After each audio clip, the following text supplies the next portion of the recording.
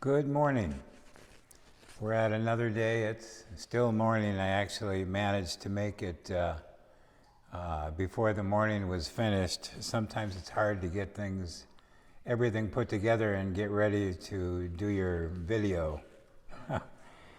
Today, we're going to be talking about something. It's kind of inspired by a project that we're working on now. We're putting together some videos of the dedication ceremony that took place for this temple back in 1998 when Sharadeshri Ashram came over here. You know, years ago, Swami Bashanathan used to talk, especially with Gauribrata, about a truth untold, he used to call it. He had sometimes unusual phrases that he would use. I remember Swami used to call overalls half pants. It was it was the way that it came out. And he had that expression, a truth untold. And as it turns out, really, it's like many truths untold. So much of what is happening here at Mother's Trust is about history that was never really told in regards to Ramakrishna, Sri Ramakrishna and Sri Ma, Swami Vivekananda, Gauri Ma, many of the others. There's so many things that we don't know, things that aren't told so much, that aren't talked about. One of the great source books that was written about the life of Sri Ramakrishna was Sharadananda's The Great Master. Many of you know it, I'm sure. That's probably the biggest source book. But again, he was writing about things at a time when many of the players were still alive. And you speak and write about things differently in that perspective. Things can be different. Here we're looking at things, records will continue to be written about histories as time went on. From Sharadananda was writing that in the early years of the 1900s. And then Gauri Ma's ashram kept records and wrote histories from their perspective, from the women's perspective, from the nuns' perspective, from the perspective of Sharada Devi. They wrote histories up until they continue really to this day. And they tell there's a slightly different take on things that's important. It's something that's important to know. And Bashananda would refer to all these things as the truth untold. The aspects, and it has to do with what we've talked about a little bit, the holy twins. There is an equality, a sameness, with love and respect between Sri Ma and Sri Ramakrishna that's very important for our current time. And it's a different perspective, the way that we see things. When you go to Bellarmine, you have a huge temple to Sri Ramakrishna. And then you have this other temples to Swami Vivekananda and Swami Brahmananda. And the smallest temple that you have there is to Sharada Devi. And instead of facing Bellarmine, Sri Ramakrishna, who is in the Bellarmine temple, it actually faces the Ganges, looking across the Ganges to Kasipur, which is the place where Sri Ramakrishna was cremated. And it's kind of unfortunate that for all time it's as if Ma is looking across at that place rather than looking at Sri Ramakrishna. But people do things in different ways. And a lot of times the meaning is lost, or it's something that can be picked up on later. In any way, we're talking about truths untold. And all these things are a little bit that come out. And I mentioned in the beginning we're making some videos. of the dedication ceremony that took place, that Sharadeshri Ashram did back in 1998. And I should mention, I've shown you the pictures before, but you have, this is Vandana Ma, Vandana Puri Devi, who came in 1998 to do the temple dedication here. And she was a disciple of Gauri Ma, who's over here. You can see Gauri Ma. And she was just a little girl in, I don't know, it must have been maybe in the, let's see, she was, how old was she? About 80, so yeah, it was in the very early years of when Gauri Ma had started her ashram in 1895. It must have been very soon after that Mataji Vandana Ma came as a young girl. I think she was 4 years old or 5 years old when she came into the ashram. And the lady in the middle is Subrata Puri Ma, and she was the head of Sri Sharadeshri Ashram from 1963 onwards until Mataji Vandana Ma became the president after she passed away. And that was in Subrata Puri Ma, that must have been, that was in right around 1990, about that time. It was she who Gauribrata saw as the lady in white. And it's funny, Vandana Ma was aware of the same thing at the same time. When Mataji Gauribrata went to Calcutta and came to the Sharadeshri Ashram for the first time, she met Subrata Puri Ma, and she saw her as the lady in white. And that was, both according to Mataji Gauribrata and Vandana Ma, that was Shri Shri Ma. That image was coming forth, and there was that connection was recognized that Gauribrata is Gauri Ma, and that there's some work that has to be finished. In any case, we made these videos I mentioned, and you can see the videos. It's rather hard to do here. I found that when I'm using the camera in the current mode, everything's reversed. So when I tried to write down Gauri's name, how it's spelled, so you could look it up on Facebook, it was, you can't make it out, it's backwards. So I wrote on a piece of paper the backwards lettering, and I wanted you to be able to see it here. You can see Mataji, written like that, and Gauribrata, Mataji Gauribrata. So if you go to Facebook and you enter Mataji Gauribrata, that would take you to her pages. And you can find the videos up on her timeline there. Multiple times we're trying to work on getting a place where we can have them more permanently set up, but for now we have them on Facebook. I have them on my Facebook page as well, Swami Atma Lokananda. Those are the best places to go about things regarding Mother's Trust. So we're talking about truths untold. And there's an important thing that we realized almost more recently. We've known it for a long time, but I think it became clearer to us that Swami Vivekananda had a lot to do with Mother's Trust getting built, with this temple getting built here. You know, when you look back at it, Gorima and Swami Vivekananda came to Ramakrishna at about the same time. It was about 1880. Now, Gorima was 7 years older than Swami Vivekananda.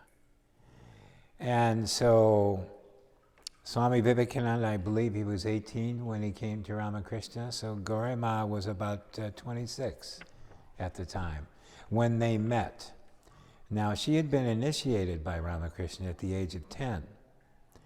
And then she was with her family, and many things transpired. She ended up leaving her home when her family began talking about marriage. She didn't see herself as being a married woman. She was dedicated to God, she felt.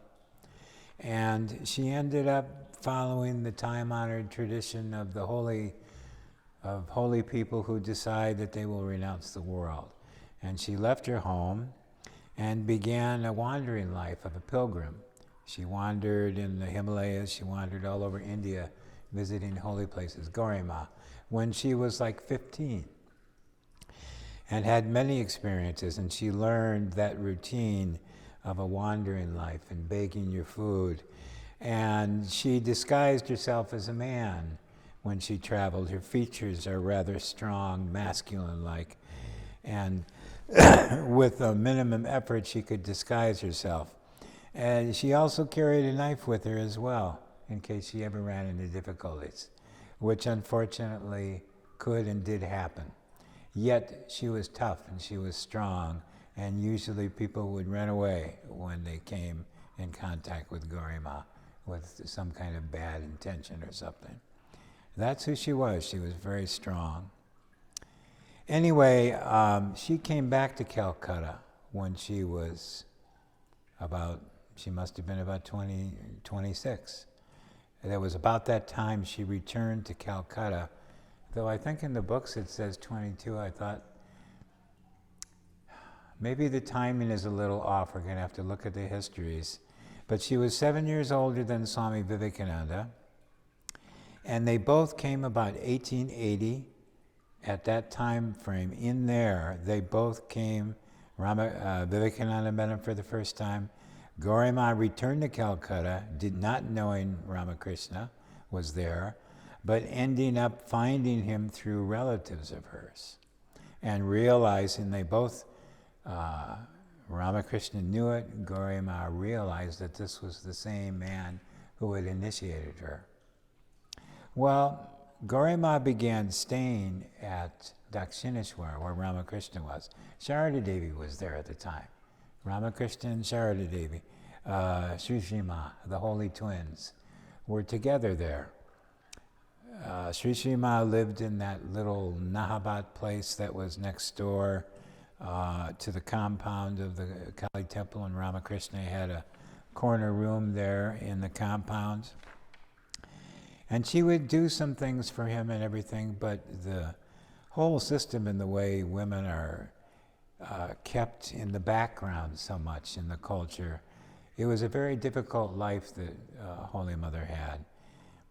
Actually, years later, she developed rheumatism in her joints because she was locked up all day when people would come, mostly men, would come to visit with Ramakrishna. That's one of the unfortunate things about the books of Ramakrishna. The biographer of Ramakrishna, was writing those dialogues that took place in the company of men alone. And what Ramakrishna said to men was different from what he said to women. And we don't have a record of that. So unfortunately, you get this one-sided view that comes out. Ramakrishna was all the time, in the Gospel of Ramakrishna, you find he used that expression, Kamini Kanchana, all the time. It's on all the pages. And Swami Nikhilananda translates it in English as women in gold, as being the obstacles to spiritual life. Well, that's just great. For over 100 years, books have been out there that basically would tell to people who had a mind thinking this way that women are evil or something. And that's very easy for that to happen in India, and you've got 100 years where one of the source books of information about Ramakrishna is going out talking about women in gold, when actually the better expression would have been lust and greed. Those are the obstacles to spiritual life, not women in gold. Gold is a metal. Women are, they're the holy twins. Men and women are what humanity's all about. and yet they translated it as that expression. And that's a very unfortunate thing. But anyways, that's another one of the kind of the truths untold. But in any case, Ramakrishna wasn't like that. He talked with women. He said different things when he talked with the women. He talked about, he probably talked about men, and he spoke differently, and he was talking to a culture that really thought black and white, differences between men and women. They never met together.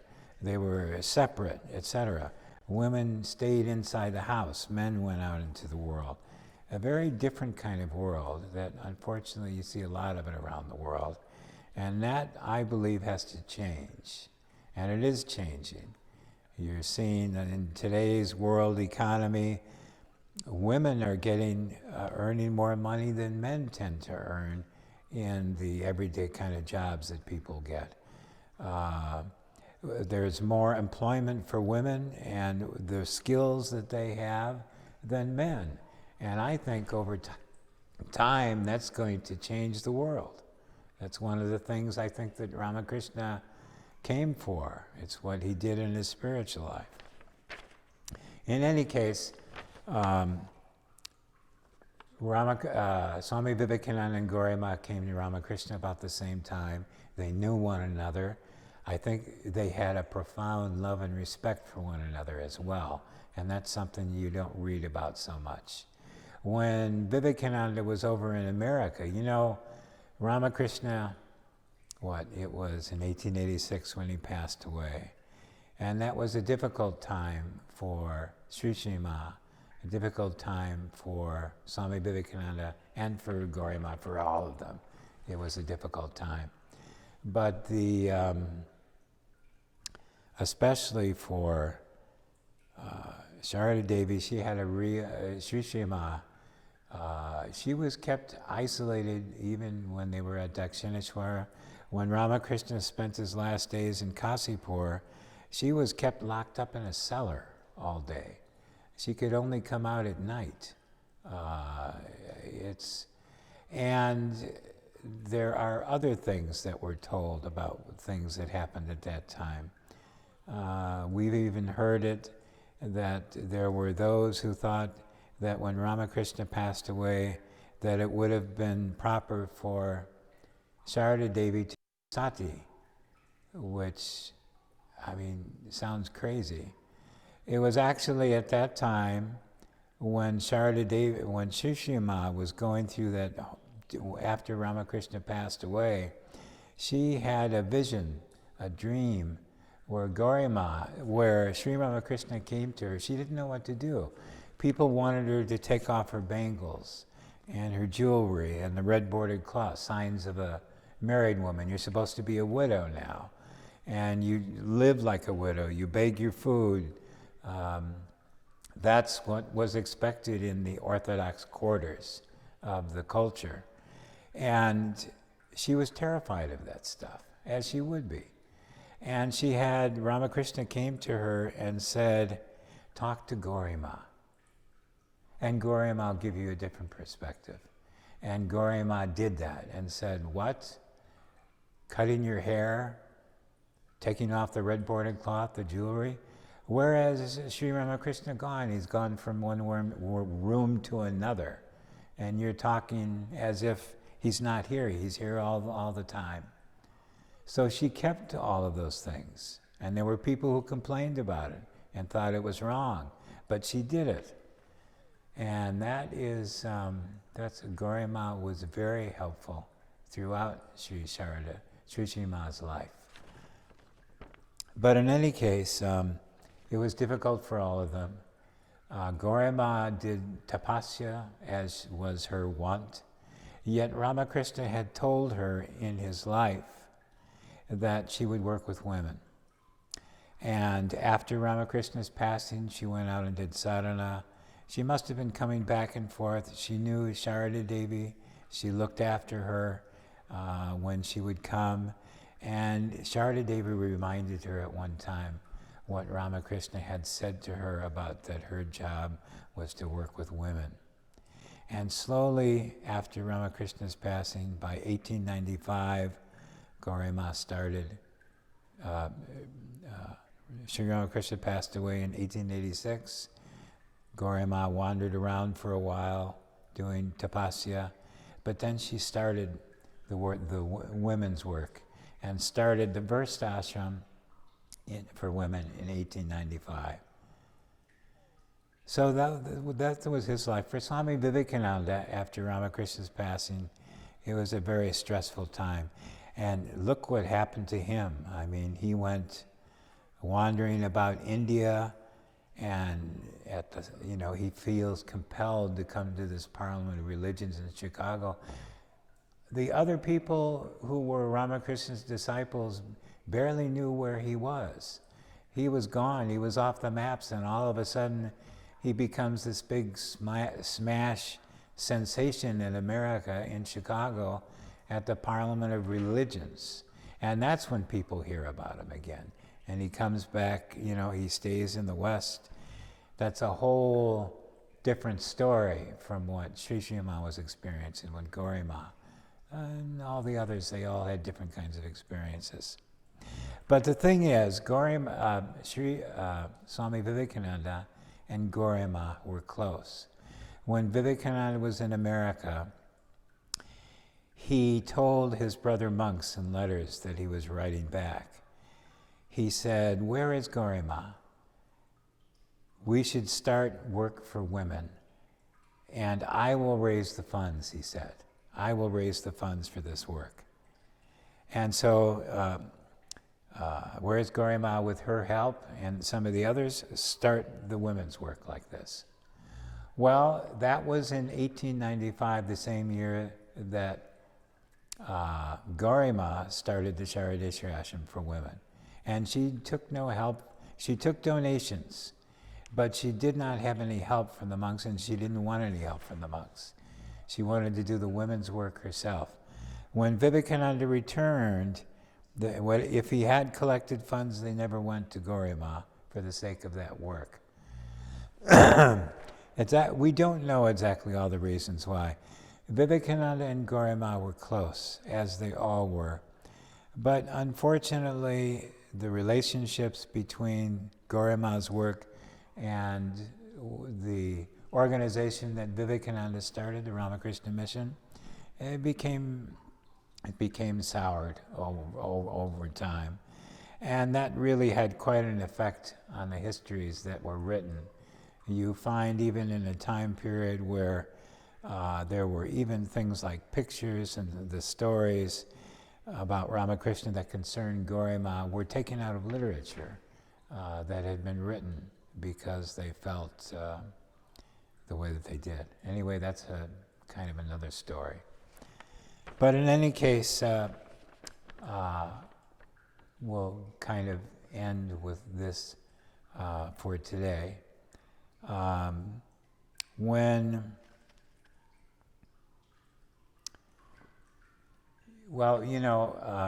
Sri Ramakrishna had groomed Vivekananda for a world mission, and Gauri Ma for work with women.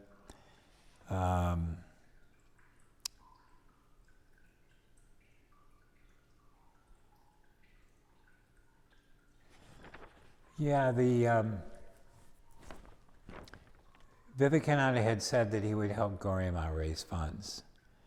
And it didn't actually happen, and yet we find time and again when you're dealing with the lives of great souls that the words that they speak have a way of coming true no matter what. And Gauri Ma did her work, but then she found that she had to be born again. Before she passed away in 1938, she said so. And then Gauribrata came back. And she ends up going over to Sharadeshwari Ashram in 1987 and meets the Sharadeshwari Ashram and Gauri Ma again. And Vandana Ma became her confidant and mentor in all those matters. In that time when she went and she had her son, It was actually in 1989, I think, when she had her sannyas. After they finished it, they went to Kasipur. They visited Kasipur. That's where Gorima had been cremated as well. You remember that was part of the test to determine if Gauribrata was actually Gorima, as Gauri Ma had said she would be.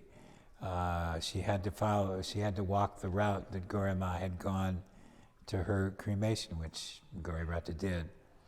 Anyway, they visited Kasipur. There's pictures of it. And while they were there, Vandanama talked to Gauribrata about how much Swamiji loved Gorima and the work that she was doing. And it was so sad, Gorima was so sad when Swami Vivekananda passed away that she hadn't seen him for a while. And Vandanama was actually weeping, and she was sad to remember that. And she said, though, that she wanted to show Gauribrata something, and they went to close by to Kasipur. There was a factory, and they were actually making a sculpture of Swami Vivekananda.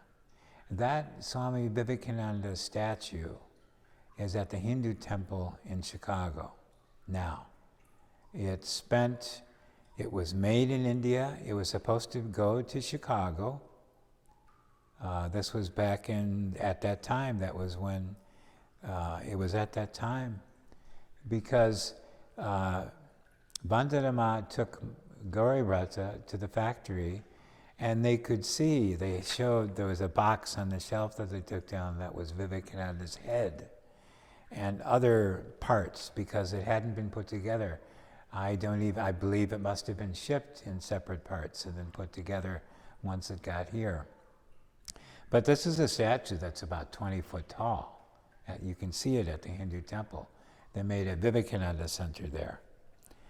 In any case, the statue was being made, and Vandanama was talking to Gauribrata about how Swami Vivekananda felt, and how it must have been disappointing for him that he couldn't help. He wasn't able to help because he passed so early. And Gauri Ma's work went on for all those years, up until she passed in 1938. But then, the strange way that things happened, Vandanama said that the statue of Vivekananda was actually going back to Chicago at the same time that Gauribrata was going back to Ganges. So right next door to each other across Lake Michigan. Vivekananda may have looked across Lake Michigan when he would sit on the shore of Lake Michigan in Chicago, and perhaps seen the place where this would come, or thought about the possibilities for ashrams in the future. In any case, they came back together more or less. The statue of Vivekananda came to Chicago when Gauribrata came back here, and Vandanama told Gauribrata that there should be a temple to Sri Sri Ma built. That's what Swamiji would have wanted to see. And really, in that sense, Vivekananda had a lot to do with Mother's Trust getting established and this temple being built here. It's a temple to Sri Sri Ma. I think Swami Vivekananda would have loved that idea. And this was his way. The funds, Swami Bashanathan was appointed as the head of the Vedanta Center in Chicago in 1965. He bought the land for the monastery in 1968. Mother's Trust was started in 1991. And he was mentored and raised by Swami Bhaskareshwarananda at the Nagpur Center in India. And Bhaskareshwarananda may very well have been a disciple of Gorima. Swami Ashokananda, who is a better known name in the Ramakrishna mission, a great Swami who ran the San Francisco Center for many years, from 1930 until the 60s. He had been initiated by Gorima. There were many monks in the order who loved, revered, and respected Gorima. She was unique. such a strong figure. She had an effect on everyone when she was young like that. Look what she was. She was 26 years old, a veteran wanderer of the Himalayas with great spiritual depth, loved by Ramakrishna and Sri Ma. She had a profound effect on many, and you don't see that in the histories so much. And so Bhaskareswarananda raised his monks, and Swami Bashanathan was one of them. He was sent to Nagpur, Bhaskareswarananda, by Swami Shivananda. And he really didn't know, those were the early days, and he didn't know, how am I going to start a center? How will I run it? How will I raise the funds? And Swami Shivananda told him, don't worry, the boys who are going to help you have already left their homes and are on their way to Nagpur. And Bashananda was one of those.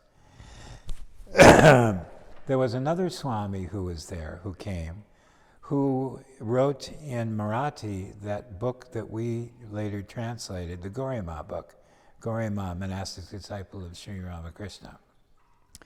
We translated that into English here in America. This was years ago. And we gave the rights to that book to Sharadeshri Ashram. They have the rights for that book now. But it's a wonderful little book. And that was written by another disciple of Swami Bhaskareswarananda at the Nagpur Center. So you could see that a culture of respect and regard was there. And so Swami Bashanathan knew all these things. And he was a very deeply spiritual man. He was appointed to Chicago in 1965. He buys the monastery because he knows there's something that needs to be done. Perhaps he's not exactly sure what. And he and Swami Sarvagatananda, the Swami from Boston, got the monastery going. Mataji Gauribrata and I ended up coming separately without knowing one another in 1973 to the Chicago Center. She stayed in Chicago. I was sent up to the monastery. And then she didn't come up to the monastery until 1983. And then the work began up here. And Mother's Trust then gets established in 1990. And all of this, the building of Ma's temple and all that, had so much to do with Swami Bashananda. And Swami Bashananda was a monk of Swami Vivekananda in the Ramakrishna mission, whose mentor was close to Gauri Ma.